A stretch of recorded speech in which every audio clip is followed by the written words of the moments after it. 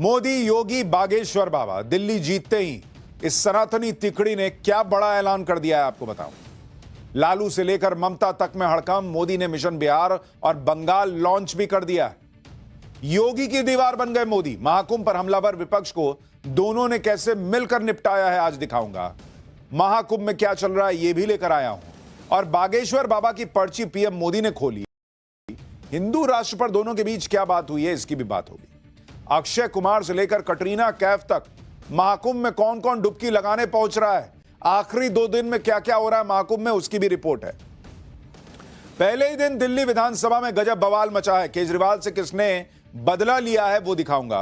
केजरीवाल की वो फोटो जिस पर बीजेपी और आम आदमी पार्टी में महाघमासान हो गया, वो तस्वीर दिखाऊंगा, उसका सच बताऊंगा।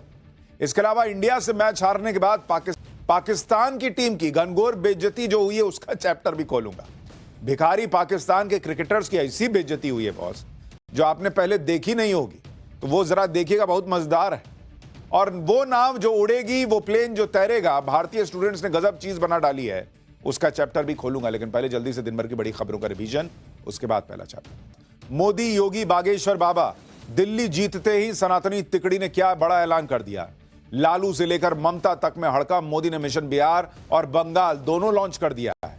योगी की दीवार बन गए मोदी। महाकुंभ पर हमलावर विपक्ष को दोनों ने कैसे निपटाया। और बागेश्वर बाबा की पर्ची पीएम मोदी ने खोल दी।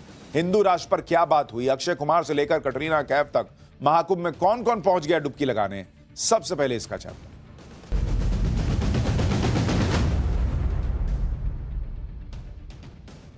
बीते 10 साल में प्रधानमंत्री मोदी ने सिर्फ चुनाव ही नहीं जीते हैं बॉस, बल्कि देश की नींव भी मजबूत की है और सनातन का गौरव भी फिर से स्थापित किया है।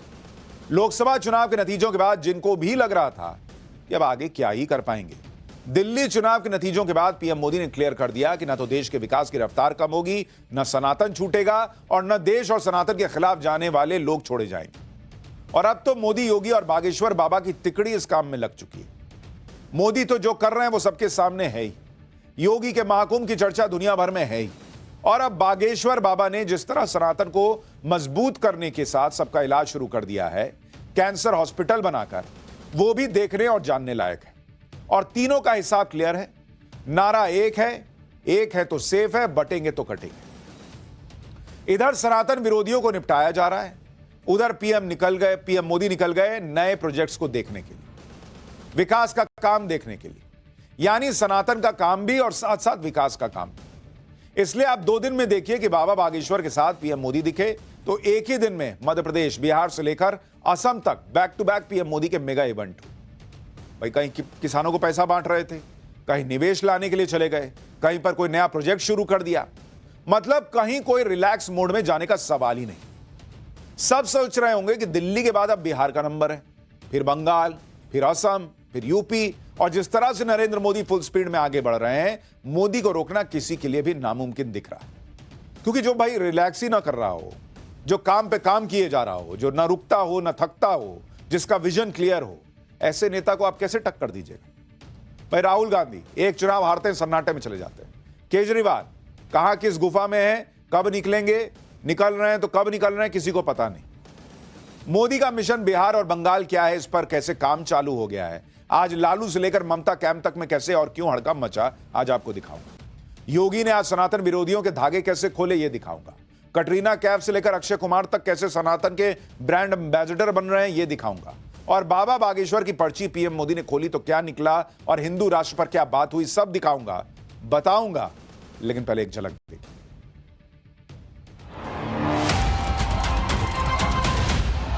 ये जंगल राज वाले महाकुंभ को ही गाली दे रहे हैं। भारतीय जनता पार्टी ने सबसे ज्यादा धर्म को ठेस पहुंचाई है। हमने आपकी तरह आस्था के साथ खिलवाड़ नहीं किया। एकता का महाकुंभ है और आप ऐसे ही सत्ता में रहें ताकि भारत ऐसे ही विकास करता रहे।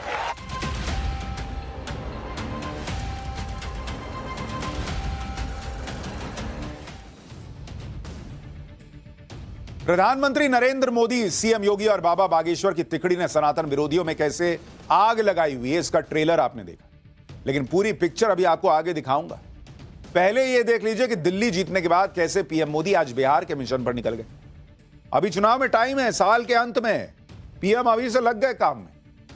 पीएम के बिहार आते ही कैसे लालू प्रसाद यादव और उनकी पार्टी में खलबली मच गई, यह भी देखने लायक।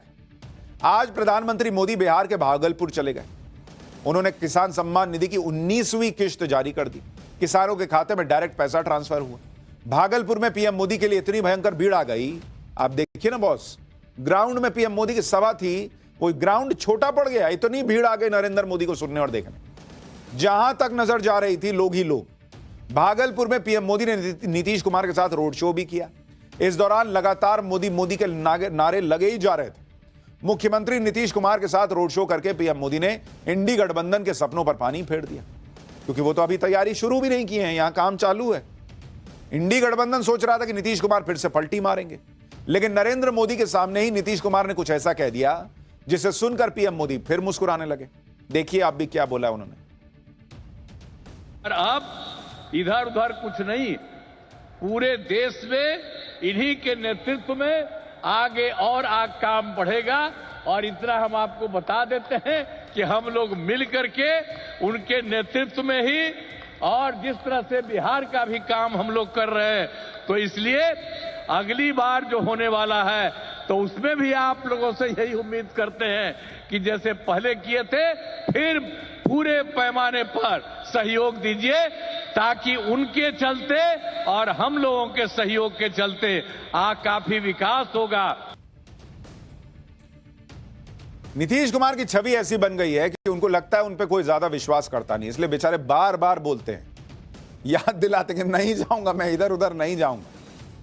पीएम भी हंस रहे हैं सुन के। एक तरफ तो नीतीश कुमार एक तरह से कान पकड़ रहे हैं कि अब नहीं जाऊंगा कहीं, मोदी के साथ ही रहूंगा। दूसरी तरफ नरेंद्र मोदी भी संकेत दे रहे हैं कि वो नीतीश कुमार को बिहार का शिंदे नहीं बनने देंगे। मतलब जैसे महाराष्ट्र में चुनाव के बाद शिंदे की सीएम की कुर्सी चली गई क्योंकि बीजेपी को जबरदस्त बहुमत आया, वैसा बिहार में होना मुश्किल है। बिहार में नरेंद्र मोदी और नीतीश कुमार की जोड़ी है और यह जोड़ी बनी रहेगी। आज खुद पीएम मोदी ने नीतीश कुमार को लाडला बता दिया।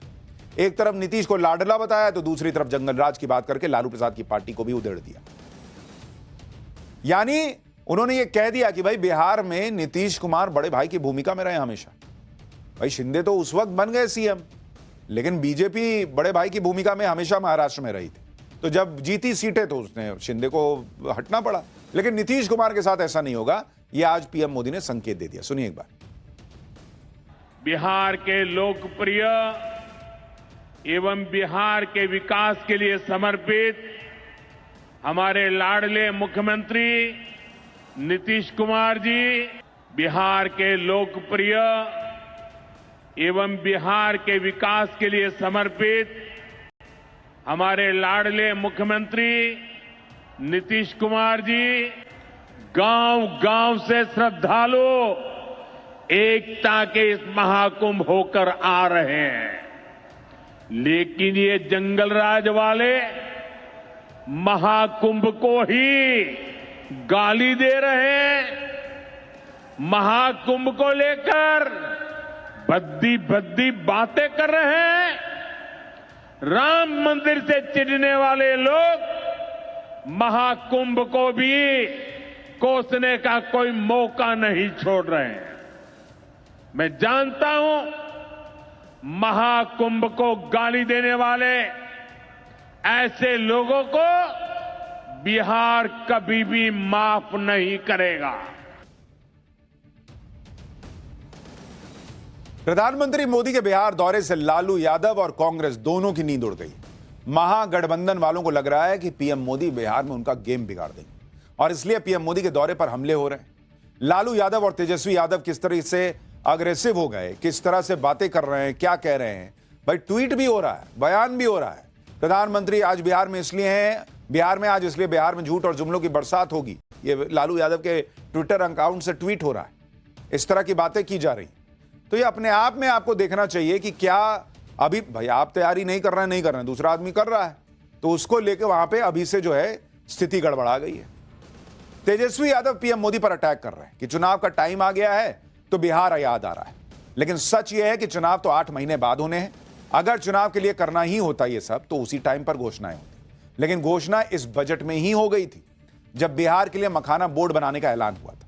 और सिर्फ घोषणाएं नहीं हो रही हैं, काम भी हो रहा है, खासतौर पर बिहार के मखाने को लेकर, क्योंकि देश का 90% मखाना बिहार में होता है। बिहार से देश में ही नहीं दुनिया भर में मखाना जाता है। अमेरिका, यूरोप, ऑस्ट्रेलिया, जापान, हर जगह बिहार का मखाना जाता है। बिहार में मिथिला के इलाके में खासतौर पर मखाना होता है। मधुबनी, सहरसा, सुपौल, दरभंगा जैसे जिलों में मखाने की खेती होती है। आज जब पीएम मोदी भागलपुर गए तो उनका स्वागत भी मखानों की माला से किया गया। पीएम मोदी ने बिहार के मखाने पर कहा कि साल में 300 दिन वो खुद मखाना खाते हैं और बिहार के मखाने को दुनिया भर में पहुंचाना है। एक बार सुनिए पीएम मोदी। मखाना आज देश के शहरों में सुबह के नाश्ते का प्रमुख अंग हो चुका है। मैं भी 365 दिन में से 300 दिन तो ऐसे होंगे कि मैं मखाना जरूर खाता हूं। ये एक सुपर फूड है जिसे अब दुनिया के बाजारों तक पहुंचाना है। इसलिए इस वर्ष के बजट में मखाना किसानों के लिए मखाना बोर्ड बनाने का ऐलान किया गया है। सिर्फ बिहार के मखाने की बात नहीं है। एक ही दिन में पीएम मोदी ने बिहार के विकास के लिए क्या क्या किया और कौन कौन से प्रोजेक्ट शुरू किए वो भी देखिए। 9 करोड़ से ज्यादा किसानों को 22,000 करोड़ रुपए की राशि दी गई। राष्ट्रीय गोकुल मिशन के तहत उत्कृष्टता केंद्र का उद्घाटन हुआ। बरौनी में दुग्ध उत्पादन संयंत्र का उद्घाटन किया गया। 526 करोड़ की कई रेल परियोजनाओं का उद्घाटन हुआ। पीएम मोदी जब विकास की बात करते हैं तो उसमें चुनावी फायदा नहीं देखते। बिहार में किसान सम्मान निधि और दूसरी परियोजनाओं की शुरुआत पीएम मोदी ने की, जबकि उससे पहले आज ही भोपाल में ग्लोबल इन्वेस्टर समिट का भी उद्घाटन किया। मध्य प्रदेश में यह इन्वेस्टर समिट लार्ज स्केल पर आयोजित हो रहा है।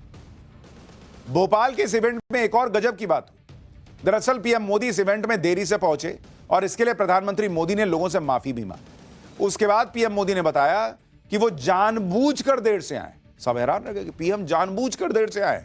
एक होता है कि भाई देरी हो गई, वो कह रहे मैं जानबूझ के देर से आया। लेकिन जानबूझ के क्यों देर से आए, जब पीएम ने इसकी वजह बताई तो लोग सुन के दंग रह गए। आप भी सुनिए। मुझे यहां आने में विलंब हुआ, इसके लिए आप सबकी क्षमा चाहता हूं। विलंब इसलिए हुआ क्योंकि कल जब मैं यहां पहुंचा तो एक बात ध्यान में आई कि आज 10वीं और 12वीं के छात्रों की एग्जाम है और उसका समय और मेरा राजभवन से निकलने का समय क्लैश हो रहा था और उसके कारण संभावना थी कि सिक्योरिटी के कारण अगर रास्ते बंद हो जाए तो बच्चों को एग्जाम देने के लिए जाने में कठिनाई हो जाए और ये कठिनाई न हो, बच्चे सब एक बार अपने एग्जामिनेशन सेंटर पर पहुंच जाए, उसके बाद ही मैं राजभवन से निकलूं, ऐसा मैंने सोचा। उसके कारण मैंने निकलने में ही 15-20 मिनट लेट कर दिया। आप सोचिए बॉस कि प्रधानमंत्री मोदी किस लेवल पर जाकर सोचते हैं कि बच्चे एग्जाम सेंटर में लेट ना हो जाएं। कोई कहीं मेरे रूट लगता है भाई, प्राइम मिनिस्टर निकलते हैं तो उस ट्रैफिक में ना फंस जाए, किसी का रास्ता ना रुके, किसी का पेपर जो है वो गड़बड़ा ना जाए। इसके लिए उन्होंने अपने निकलने का प्रोग्राम डिले कर दिया, क्योंकि पीएम कहीं निकलते तो सिक्योरिटी की वजह से रूट डाइवर्ट होते, कई रूट कुछ देर के लिए बंद हो जाते। लेकिन पीएम को पता था कि बच्चों के पेपर होने हैं और बच्चों का एग्जाम ज्यादा जरूरी है, इसलिए बच्चों को दिक्कत ना हो तो अपना प्रोग्राम आधा घंटा लेट कर दो। लेकिन दिक्कत अब उन लोगों को होने वाली है जो सनातन पर सवाल उठाते हैं और सनातन का मजाक उड़ाते हैं, क्योंकि सनातन विरोधियों की बैंड बजाने के लिए एक तिकड़ी तैयार हो गई। इस तिकड़ी में प्रधानमंत्री मोदी तो हैं ही, मुख्यमंत्री योगी तो हैं ही और अब बागेश्वर बाबा भी। सनातन विरोधी तो तब से जल भुन रहे हैं जब से पीएम मोदी बागेश्वर बाबा के मंच पर पहुंच गए। वहां क्या क्या हुआ आपको दिखाऊंगा, हिंदू राष्ट्र पर क्या बात हुई है, इसका क्या जवाब दिया बागेश्वर बाबा ने, यह भी बताऊंगा। लेकिन आज सीएम योगी ने कैसे महाकुंभ पर सवाल उठाने वालों की क्लास लगाई, पहले वो देखिए। मुख्यमंत्री योगी ने आज एक ही लाइन में अखिलेश यादव के सारे एजेंडे को धो दिया। सीएम योगी ने किस फायर ब्रांड अंदाज में बिना नाम लिए सनातन विरोधियों को जवाब दिया है, एक बार वो भी सुनिए। किसी ने सच कहा कि महाकुंभ में जिसने जो तलाशा उसको वह मिला। गिद्धों को केवल घास मिली, सूअरों को गंदगी मिली, संवेदनशील लोगों को रिश्तों की खूबसूरत तस्वीर मिली, आस्थावानों को पुण्य मिला, सज्जनों को सज्जनता मिली, गरीबों को रोजगार मिला, अमीरों को धंधा मिला, श्रद्धालुओं को साफ सुथरी व्यवस्था मिली, पर्यटकों को अव्यवस्था मिली, सद्भावना वाले लोगों को जाति रहित व्यवस्था मिली, भक्तों को भगवान मिले। मतलब सबने अपने स्वभाव और चरित्र के अनुसार चीजों को देखा। सीएम योगी ने यह बात इसलिए कही क्योंकि अखिलेश यादव और इंडी गठबंधन के कई नेता लगातार महाकुंभ पर सिर्फ सवाल ही उठा रहे हैं। सुनिए अखिलेश यादव और दिग्विजय सिंह को। तो ये जो ठेस पहुंचाने का काम, मार्केटिंग करना, अपने आप को चमकाना, उसमें ये किसी ने किया तो भारतीय जनता पार्टी ने सबसे ज्यादा धर्म को ठेस पहुंचाई है। और एनजीटी और यूपी पॉल्यूशन बोर्ड जैसे डबल इंजन आपस में टकरा रहे हैं, उसी तरह ये दोनों विभाग भी टकरा रहे हैं। अब तो साइंटिस्ट भी टकराने लगे हैं। तो मैं तो कहूँगा ये डबल इंजन सरकार नहीं है। जब से साइंटिस्ट एक दूसरे से टकरा रहे हैं तो ये डबल ब्लंडर वाली सरकार है। ये आरोप लगाना कि कौन किसको देश को बांट रहा है, देश को तो बांटने का अगर आप इतिहास जाएंगे तो मोहम्मद अली जिन्ना और सावरकर जी ने किया था। तो अब उस समय का जो एक समय की घटना थी वो अपने आप में आपके सामने है और ये इतिहास है। इसको कौन, तो उनको मोदी जी को उस इतिहास की जानकारी होना चाहिए। मुख्यमंत्री योगी आदित्यनाथ ने विधानसभा के अंदर एक ही लाइन में अखिलेश यादव को करारा जवाब दे दिया। जिसकी जैसी सोच उसको वैसा ही महाकुंभ दिखाई दिया। योगी आदित्यनाथ ने अखिलेश को महाकुंभ का असली मतलब भी समझाया। सीएम योगी ने कहा कि महाकुंभ में आने वाले लोगों में कोई भेद नहीं है और एकता का इससे बड़ा संदेश क्या हो सकता है। एक बार सुनिए, फिर बाबा बागेश्वर और पीएम मोदी ने कैसे मिलकर सनातन विरोधियों की ठटरी बांधी वो भी दिखाता। वहां न जाति का भेद है, न क्षेत्र का भेद है, न मत और मजहब का भेद है, किसी भी प्रकार का भेदभाव नहीं किसी के प्रति, न अमीर गरीब का भेद है। सारे लोग एक घाट पर स्नान कर रहे हैं। इससे बड़ी एकात्मता का संदेश और क्या हो सकता है? इससे बड़ी एकता का संदेश और क्या हो सकता है? और यही सच्चा सनातन धर्म भी है। महाकुंभ पर सवाल उठाने वालों पर योगी इसलिए भड़क गए क्योंकि अभी महाकुंभ खत्म नहीं हुआ। महाशिवरात्रि का बड़ा स्नान होने वाला है और महाकुंभ में अभी भी लाखों लोग रोज आ रहे हैं। क्या आम क्या खास, महाकुंभ में सनातनी एकता के सामने हर कोई नतमस्तक है। आज भी महाकुंभ में पवित्र स्नान करने के लिए बड़ी बड़ी हस्तियां आई। बॉलीवुड सुपरस्टार अक्षय कुमार से लेकर कटरीना कैफ तक ने आज संगम में डुबकी लगाई और सनातन के महाकुंभ का दिव्य अनुभव प्राप्त किया। आप देखिए ना भाई, कटरीना कैफ नहा रही हैं, वहां अक्षय कुमार पहुंचे हुए हैं। अक्षय कुमार आज सुबह सुबह प्रयागराज पहुंचे, सफेद कुर्ता पजामा पहने हुए थे। अक्षय घाट पर ही गए और हाथ जोड़कर जमीन पर माथा टेका और फिर गंगा, यमुना और सरस्वती के संगम में डुबकी लगाई। इसी तरह बॉलीवुड एक्ट्रेस कटरीना कैफ ने भी आज संगम में स्नान किया। कटरीना कैफ के पिता मुसलमान हैं, मां ईसाई। इसके बाद भी कटरीना कैफ ने संगम में पूरी श्रद्धा और आस्था के साथ पवित्र संगम में स्नान किया। पति जो हैं उनके, विक्की कौशल, वो तो हिंदू हैं। यह है सनातन की ताकत जो सभी को एकता के सूत्र में बांध रहा है। लेकिन कुछ लोगों को समझना ही नहीं है। आपको सुनाते हैं कि संगम में स्नान के बाद अक्षय और कटरीना तक क्या कह रहे हैं। बहुत ही मजा आया, बहुत बढ़िया इंतजाम है, बहुत अच्छी तरह, मतलब हम यहाँ के सीएम साहब योगी साहब का बहुत बहुत धन्यवाद करते हैं कि इतना अच्छा इंतजाम कर रखा है। मतलब मैं बहुत फॉर्चुनेट हूँ that I could come here at this time. मैं बहुत खुश हूँ. I'm very very grateful that I'm able to be here. It's such a beautiful place. मैं स्वामी जी के साथ हूँ इस वक्त और I'm chatting with him and taking his blessings. So I'm very very grateful and happy to be here. So I've just landed, so I'm just starting my experience and I'm really looking forward to it. But यहाँ की जो energy है और the beauty and the significance of everything and यानी आप हिंदू हैं, मुसलमान हैं, सिख हैं, ईसाई हैं, फर्क नहीं पड़ता। जो महाकुंभ पहुंच रहा है वो कह रहा है बॉस कि गजब यहां एक तो लोगों की यूनिटी दिख रही है, गजब सनातन की ताकत दिख रही है, सनातन के प्रति समर्पण दिख रहा है और एक एनर्जी फील हो रही है। लेकिन कुछ लोगों को यही एकता सनातनियों की पसंद नहीं आ रही। तो ये दिक्कत है, वो दिक्कत है, ऐसे कैसे हो गया, वैसे कैसे हो गया, इसी में लगे हुए हैं। निकाल दिए पूरा महाकुंभ, इसी में निकाल दिए। 60 करोड़ से ज्यादा लोग डुबकी लगा लिए, लेकिन कुछ लोग अभी भी उसी में घुसे हुए हैं। ये कैसे हो गया, वो कैसे नहीं हुआ। महाराष्ट्र के डिप्टी सीएम एकनाथ शिंदे ने भी आज महाकुंभ पहुंचकर पवित्र संगम में डुबकी लगाई। एकनाथ शिंदे अपने परिवार के साथ प्रयागराज पहुंचे, संगम में स्नान किया। यानी हर कोई चाहता है कि वो एक बार महाकुंभ आकर संगम स्नान कर ले। और जो लोग पहले महाकुंभ की इंपॉर्टेंस को कम करके आंक रहे थे, वो भी आस्था के आगे नतमस्तक हो रहे। बॉलीवुड के प्रसिद्ध डायरेक्टर शेखर कपूर ने महाकुंभ पर कहा कि पहले लगा कि महाकुंभ सिर्फ फोटो सेशन का बड़ा मौका बनता जा रहा है, लेकिन अब यह एहसास हो रहा है कि लगभग हर कोई महाकुंभ जाने की इच्छा महसूस कर रहा है। क्या इस साल कुछ खास होने वाला है? महाकुंभ पर जो लोग राजनीति कर रहे हैं या महाकुंभ के महत्व को कम कर रहे हैं और सनातन की ताकत, हिंदू एकता की ताकत जिनसे देखी नहीं जा रही, उन सब की क्लास पीएम मोदी ने लगाई। नरेंद्र मोदी ने साफ साफ कहा कि कुछ नेता सनातन का मजाक बना रहे, हिंदुओं को तोड़ने में जुटे, लेकिन महाकुंभ से एकता का जो भाव निकला है उसके आगे ये सारी कोशिशें बेकार हो जाएंगी। एक बार प्रधानमंत्री को सुनिए। इन नेताओं का एक वर्ग ऐसा है जो धर्म का मखौल उड़ाता है, उपहास उड़ाता है, लोगों को तोड़ने में जुटा है। और बहुत बार विदेशी ताकतें भी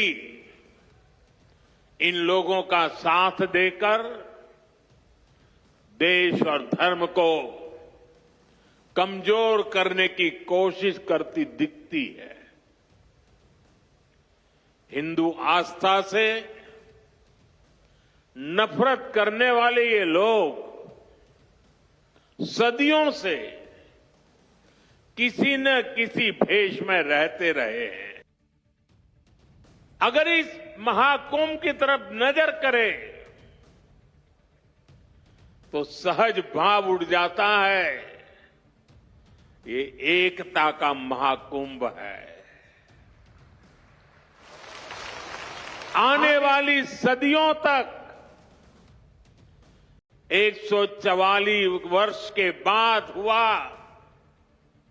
ये महाकुंभ एकता के महाकुंभ के रूप से प्रेरणा देता रहेगा और देश की एकता को मजबूती देने का अमृत परोसता रहेगा। प्रधानमंत्री बड़ी बात कह रहे, एक है तो सेफ हैं, ये तो वो कह चुके, लेकिन एकजुट करने का इससे बड़ा पर्व नहीं हो सकता था जो महाकुंभ में देखने को मिल रहा है। भाई लोग स्नान कर रहे हैं, किसी को फर्क नहीं पड़ रहा कि मेरे बगल वाला जो है वो करोड़पति है कि नहीं है या गरीब है। किसी को फर्क नहीं पड़ रहा कि मेरे बगल वाला जो साथ में नहा रहा है या नहा रही है वो कौन सी जाति से है, वो कौन से धर्म से। इससे बड़ी मिसाल क्या हो सकती है एकता की। और पीएम मोदी ने यह बात समझाई लोगों को कि बॉस समझिए ये एकता का महाकुंभ है और इसीलिए कुछ लोगों को दिक्कत है। पीएम मोदी ने बात बाबा बागेश्वर के मंच से कही। दरअसल बागेश्वर बाबा भी पीएम मोदी के उस विजन से प्रभावित हैं जिसमें विकास और सनातन का गठजोड़ है। बागेश्वर बाबा भी सनातन की गाथा गाते हुए लोगों की सेवा कर रहे हैं। धीरेन्द्र कृष्ण शास्त्री बागेश्वर धाम में कैंसर हॉस्पिटल बनवा रहे हैं, जिसके लिए शिलान्यास के लिए खुद पीएम मोदी बागेश्वर धाम गए। बागेश्वर बाबा ने सनातन और मंदिरों पर सवाल उठाने वालों को जो जवाब दिया, एक बार सुनिए, फिर बताता हूं कि कैसे पीएम मोदी ने बागेश्वर बाबा की ही पर्ची खोल दी।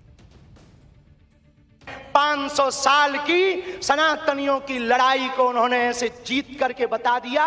लोग कहते थे परंदा पर नहीं मारेगा, उन्होंने राम लला को भव्यता के साथ बैठा दिया। तो कुछ लोगों ने कहा कि भैया मंदिरों से क्या होगा, तो हमने जब अपना छोटा सा निमंत्रण माननीय प्रधानमंत्री जी को रखा कि हमारी सामर्थ्यता तो नहीं, गांव गड़ा है, छोटा सा स्थान है, बालाजी का स्थान है। हमारा निमंत्रण है, आपने बिना विलंब किए एक क्षण में कहा हम बनाते हैं और आते हैं। अभी तक अस्पतालों में मंदिर थे, अब मंदिर में अस्पताल होगा। सनातन विरोधियों का इलाज तो बागेश्वर बाबा करते ही हैं, पीएम मोदी करते ही। अब कैंसर जिनको है उनका भी इलाज होगा। यानी जिन लोगों को ये कहा जाता है, लोग कहते हैं ना बागेश्वर बाबा जो है वो हिंदू मुसलमान करते हैं। अरे भाई, वो हिंदू करते हैं। हिंदू एकजुट हो जाए इसके लिए पैदल यात्रा करते हैं और दूसरों का इलाज हो जाए इस काम में लगे। कुछ लोग पूछते हैं कथा का कितना पैसा लेते हैं, ये पैसा कहां से, वो पैसा कहां से। मैं तो गया हूं बागेश्वर धाम, मैंने देखा है एक छोटे से कमरे में रहते, कोई तामझाम नहीं, कुछ नहीं। और जो पैसा आ रहा है वो या तो कन्या विवाह में लगा रहे हैं या फिर आप कैंसर हॉस्पिटल में लगा रहे हैं। लेकिन ऐसे लोग पसंद नहीं आएंगे इकोसिस्टम। बागेश्वर धाम में सबसे दिलचस्प बात तो यह हुई कि पीएम मोदी ने बागेश्वर बाबा की भी पर्ची निकाल दी। यानी जो बागेश्वर बाबा धीरेन्द्र कृष्ण शास्त्री लोगों की पर्ची निकालकर उनकी समस्याओं का समाधान करते हैं, उनकी पर्ची खुद देश के प्रधानमंत्री ने निकाली। सुनिए क्या हुआ है वहां पर। हमारे ब्याह में भले ही ना आप आइयो, पर उद्घाटन में अगर समय मिल जाए तो आप पहुंचे। माननीय प्रधानमंत्री जी अभी जब माताजी को मिल रहे थे तो हमारी माताजी से कह रहे थे हम तुम्हारी माताजी पर्ची खोल रहे, और माताजी से बोले अब तुम्हारे मन में ये चल रहा है कि ब्याह हो जाए। उस वक्त तो हम नहीं कह पाए, तो हम कहेंगे हमारी बारात में आप भले ना।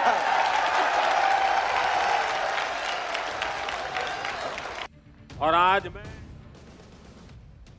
हनुमान दादा के चरणों में आया तो मुझे लगा क्या ये धीरेन्द्र शास्त्री अकेले ही पर्ची निकालेंगे कि मैं निकाल पाऊंगा। तो मैंने देखा कि आज हनुमान दादा की मुझ पे कृपा होती है कि नहीं होती है। तो हनुमान दादा जी ने मुझे आशीर्वाद दिया और मैंने आज पहली पर्ची निकाली, उनकी माताजी की पर्ची निकाली। और जिसकी बात शास्त्री जी ने बता दी आपको, और आपने कहा है कि इसके उद्घाटन के लिए मैं आऊं, दूसरा कहा है कि उनकी बारात में मैं आऊं। मैं आज सार्वजनिक रूप से वादा करता हूं, दोनों काम कर दूंगा।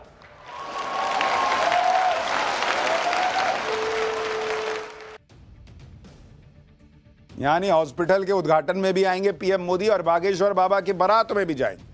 कह दिए खुल्लम खुल्ला सबके सामने कि आऊंगा भाई, क्योंकि उनको दिख रहा है ना कि बागेश्वर बाबा हिंदू एकता के लिए क्या कर रहे हैं, सनातनियों को कैसे जोड़ रहे हैं। जात पात छोड़ो भाई, एक हो जाओ, हिंदू हो जाओ, ये लोगों को सिखा रहे हैं। ये देश की सेवा नहीं है तो और क्या है। प्रधानमंत्री मोदी और बागेश्वर बाबा के बीच कई मुद्दों पर बातचीत भी हुई। इस बातचीत के बाद बागेश्वर बाबा से पूछा गया कि क्या आप लोग हिंदू राष्ट्र पर भी कोई बात किए हैं, तो बाबा हिंदू राष्ट्र की बात तो अक्सर करते हैं। पीएम मोदी से इस पर कोई बात हुई नहीं हुई, क्या जवाब दिया सुनिए। आप हमेशा बात करते हो हिंदू राष्ट्र की, क्या प्रधानमंत्री जी से भी इस विषय में कोई चर्चा हुई, हिंदू राष्ट्र की कोई चर्चा हमने हुई क्या? अक्सर एक बात पहले भी बोली और हमने यही बोला है कि हमें हिंदू राष्ट्र कागज पे नहीं, लोगों के दिलों पे चाहिए। तो अब बागेश्वर बाबा, नरेंद्र मोदी, सीएम योगी, सबका एक ही अनुरोध है सनातनियों से, एक हो तो सेफ। पाठशाला में अगली क्लास। पहले ही दिन दिल्ली विधानसभा में गजब बवाल हो गया। केजरीवाल से किसने बदला लिया? केजरीवाल की वो फोटो जिस पर बीजेपी और आम आदमी पार्टी में महाघमासान हो गया, उसकी सच्चाई क्या है, अब उसका चैप्टर।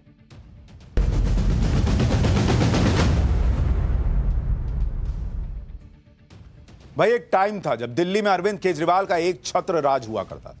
वो जब चाहते थे विधानसभा का सेशन बुलाते थे, जब चाहते थे बीजेपी के किसी भी विधायक को उठवा के सदन से बाहर फेंकवा देते थे। वो कहते थे कि दिल्ली के मालिक हम हैं, लेकिन असली मालिक पब्लिक होती है बॉस। ये केजरीवाल भूल गए 10 साल, और इस जनता ने वो कर दिया जो किसी ने सोचा नहीं था। आज दिल्ली की नई विधानसभा का पहले दिन का जो सीन देखा ना बॉस, वो केजरीवाल और इस देश के हर नेता को एक बहुत बड़ा सबक है कि पब्लिक से ऊपर पॉलिटिक्स में कोई नहीं होता। और ये तस्वीर लोग अरसे तक याद रखेंगे, क्योंकि ये वही विधानसभा है, यही सदन है, यही सीटें हैं, लेकिन पूरी तस्वीर पलट गई है बस। किसी ने सोचा नहीं था कि दिल्ली विधानसभा में वो तस्वीर भी दिखेगी जो तस्वीर 27 साल में किसी ने नहीं देखी। 27 साल बाद उस जगह पर बीजेपी के लोग बैठे हैं जहां पर बैठकर 15 साल कांग्रेस ने और 12 साल केजरीवाल ने सरकार चलाई। 27 साल बाद बीजेपी के नेताओं को सत्ता में बैठने का मौका मिला, नहीं तो केजरीवाल तो मार्शल से उठवा के बाहर करवा देते थे। इस दौरान लोगों ने अरविंद केजरीवाल के टाइम की विधानसभा की तस्वीरों को याद किया, जब विधानसभा में आम आदमी पार्टी के 62-67 विधायक हुआ करते थे, बीजेपी के 3 से 8 विधायक। अब तस्वीर बदल गई। जिन लोगों को अरविंद केजरीवाल उठवा के बाहर फेंकवाते थे, वो लोग आज अंदर हैं, स्पीकर की कुर्सी पर बैठे हैं, और पब्लिक ने केजरीवाल को उठा के विधानसभा से बाहर कर दिया। यह है इस देश में लोकतंत्र की ताकत। 48 विधायकों के साथ बीजेपी सत्ता में है, 22 विधायकों के साथ आम आदमी पार्टी विपक्ष में है, लेकिन केजरीवाल के लिए एक सीट नहीं छोड़ी पब्लिक ने विधानसभा के अंदर। दिल्ली विधानसभा में सरकार तो बदल गई, विधानसभा के स्टार्स की तस्वीर भी बदल गई। पहले विधानसभा में सीएम के तौर पर अरविंद केजरीवाल और उनके साथ डिप्टी सीएम मनीष सिसोदिया बैठते थे। अब सत्ता पक्ष में रेखा गुप्ता और प्रवेश वर्मा की जोड़ी आ गई है। ये दोनों ही नेता अनुभवी हैं। दिल्ली विधानसभा में और क्या क्या बदल गया, सत्र की शुरुआत कैसे हंगामे से हुई, पहले ही दिन क्या विवाद खड़ा हो गया, वो सब आपको बताऊंगा। पहले विधानसभा में हंगामे का एक ट्रेलर देखिए, जिससे आपको समझ आ जाएगा कि दिल्ली विधानसभा में आने वाले दिनों में क्या बड़ा बवंडर आने वाला है। मैडम बैठिए। पूरी तरह से अराजकता है। केवल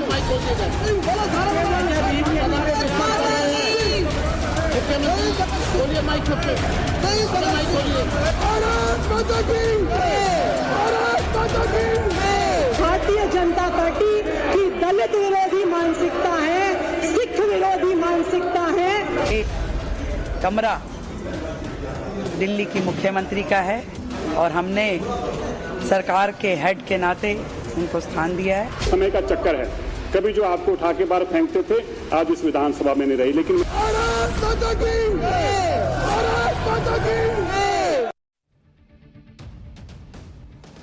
समय सबसे बलवान होता है बॉस। वक्त कभी एक सा नहीं होता और वक्त सबका आता है।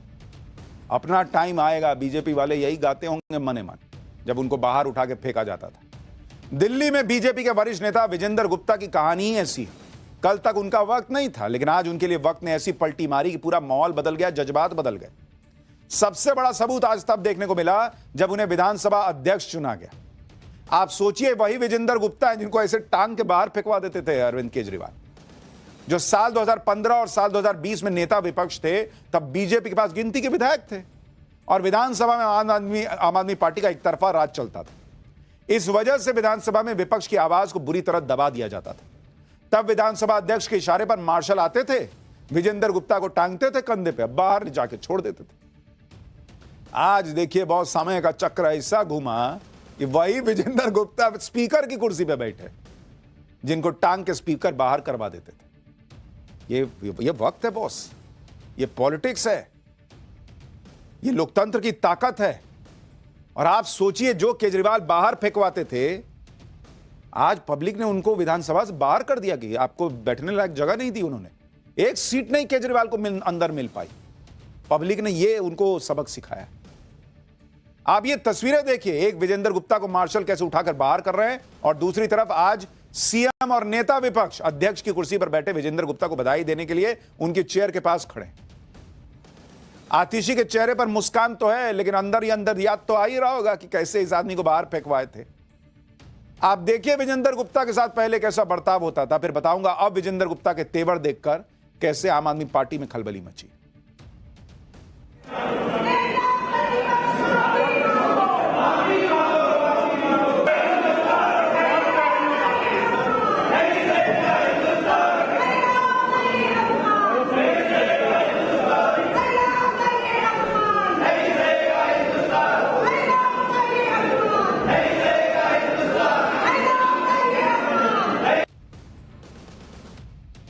कुछ लोग शायद वो तस्वीरें भूल गए होंगे जब दिल्ली में बीजेपी विपक्ष में थी, तब बीजेपी नेताओं के साथ कैसा सलूक होता था। भाई कपिल मिश्रा, मनजिंदर सिंह सिरसा, विजेंद्र गुप्ता के साथ सदन में क्या हुआ, आपको पुरानी तस्वीरें दिखाऊंगा, आप हैरान रह जाएंगे। देखिए सबके साथ केजरीवाल का क्या रवैया हुआ करता था। ये कोई तरीका है? नहीं, ये तरीका नहीं है ना, बिल्कुल नहीं, ये कोई तरीका नहीं है। ले जाए बाहर, उठाकर बाहर ले जाए। इनको इज्जत से उठाओ, बाहर फेंक के आओ। ये खुद पगड़ी उतार रहे हैं, ड्रामे कर रहे हैं, ये उठा कर क्या बारिश हो 2 घंटे से लड़की कर रही है यहाँ पे, ड्रामेबाज ना हो एक नंबर का। यह था केजरीवाल मॉडल विधानसभा के अंदर। अच्छा, कह रहा है कि इनको इज्जत से उठाओ, बाहर फेंक के आओ। बाहर फेंक के आने में कौन सी इज्जत है बॉस?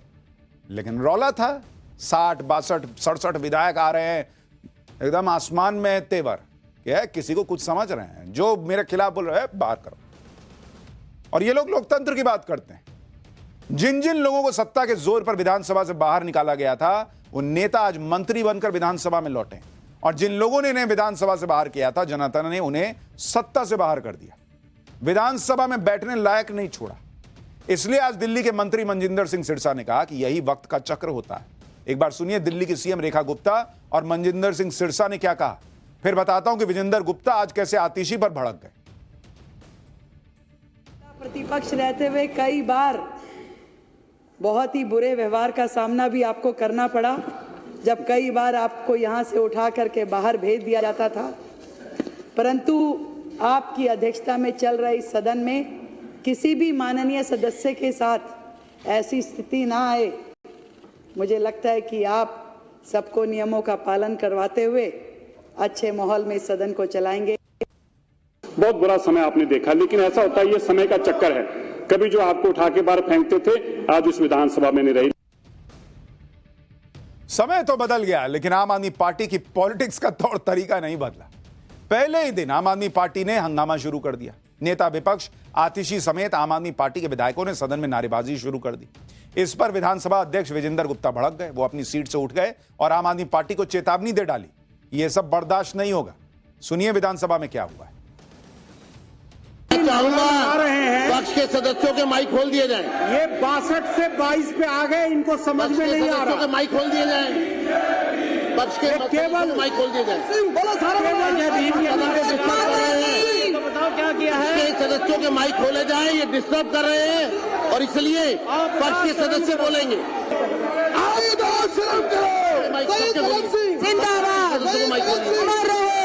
सभी सदस्यों को माइक खोले जाएं।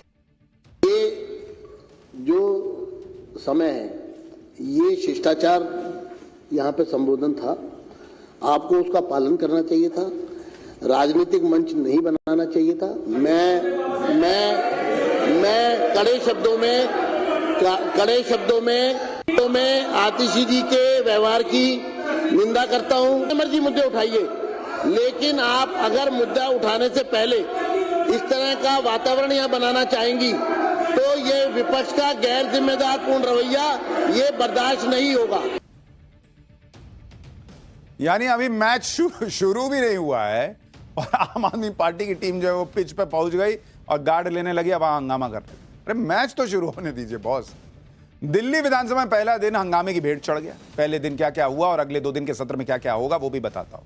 आज पहले दिन प्रोटेम स्पीकर के तौर पर अरविंदर सिंह लवली ने सभी सदस्यों को शपथ दिलाई। फिर सीएम रेखा गुप्ता ने विजेंद्र गुप्ता को विधानसभा अध्यक्ष बनाने का प्रस्ताव रखा। विजेंद्र गुप्ता निर्विरोध विधानसभा अध्यक्ष चुन लिए गए। इसके बाद विजेंद्र गुप्ता को बधाई देने के लिए जो बधाई भाषण हुआ उसमें हंगामा हो गया। सदन की कार्रवाई को 2 बार स्थगित करना पड़ा। अब कल सुबह विधानसभा में उपराज्यपाल का अभिभाषण होगा। प्रवेश वर्मा ने दावा किया कि कल सीएजी की रिपोर्ट सदन के पटल पर रखी जाएगी। एक तरफ सीएजी की आने वाली रिपोर्ट, दूसरी तरफ आम आदमी पार्टी का पहले दिन से हंगामा। दिल्ली की राजनीति अभी और उबलने वाली। पहले ही दिन ऐसा बवाल हो गया कि आने वाले दिनों में क्या होगा आप इसका अंदाजा लगा लीजिए। विधानसभा के पहले ही दिन पूर्व सीएम आतिशी ने बीजेपी पर बाबा साहब अंबेडकर और शहीद भगत सिंह का अपमान करने का आरोप लगा दिया। आतिशी ने कहा कि बीजेपी ने सत्ता में आते ही सीएम दफ्तर से अंबेडकर और भगत सिंह की तस्वीरें हटा दी। आतिशी का कहना था कि बीजेपी दलित और सिख विरोधी है, इसलिए ऐसा किया है। आतिशी के इस बयान पर हंगामा हो गया। जरा सुनिए क्या हंगामा हुआ है, फिर जो आरोप लग रहे हैं उसकी सच्चाई भी दिखाता हूं। आपकी दिल्ली विधानसभा में जो दलित विरोधी, सिख विरोधी एक्शन हुआ है, मुख्यमंत्री कार्यालय से बाबा साहब भीमराव अंबेडकर की और शहीद आजम भगत सिंह की फोटो हटा दी गई है, जो दिखाता है कि भारतीय जनता पार्टी की दलित विरोधी मानसिकता है, सिख विरोधी मानसिकता है। भगत सिंह वो व्यक्ति है जिन्होंने 23 साल की उम्र पर जान गंवा दी भारत को आजादी दिलाने के लिए।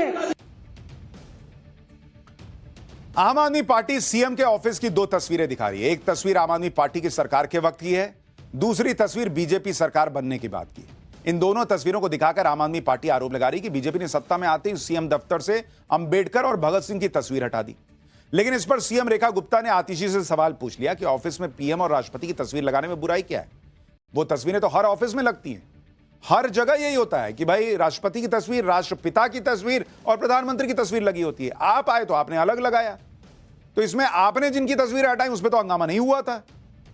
अब आपको यह भी दिखाऊंगा कि ये तस्वीरें अंबेडकर जी की और भगत सिंह की हटा दी गई हैं या कहीं लगी हुई हैं, लेकिन पहले सीएम रेखा गुप्ता को सुनिए।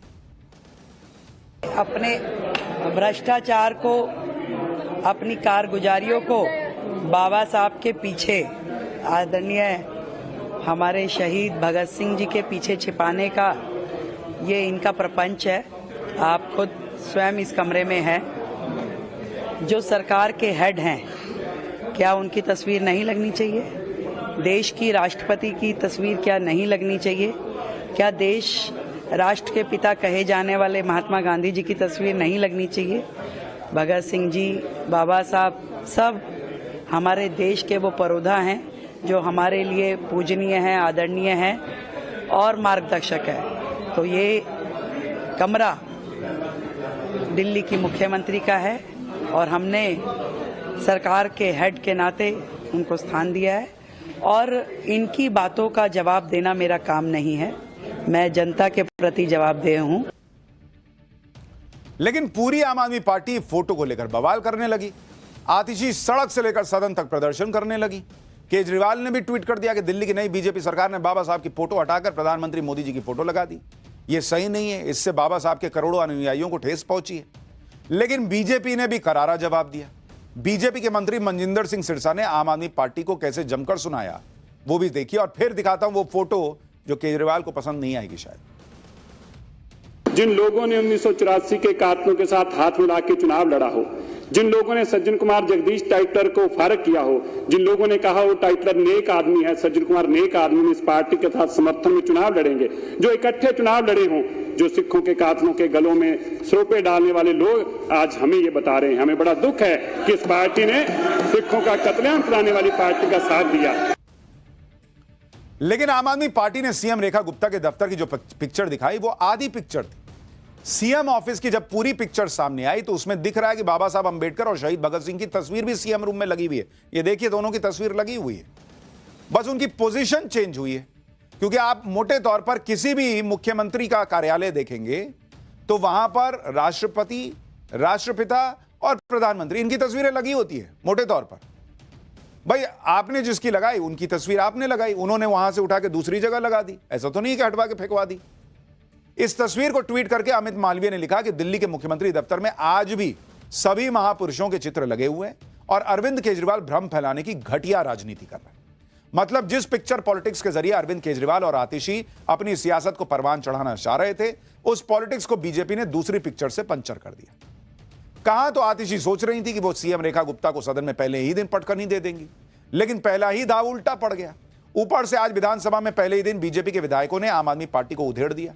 दिल्ली विधानसभा में बीजेपी विधायक तरविंदर सिंह मारवा ने कैसे आम आदमी पार्टी को लेकर क्या कुछ कहा, सुनिए जरा।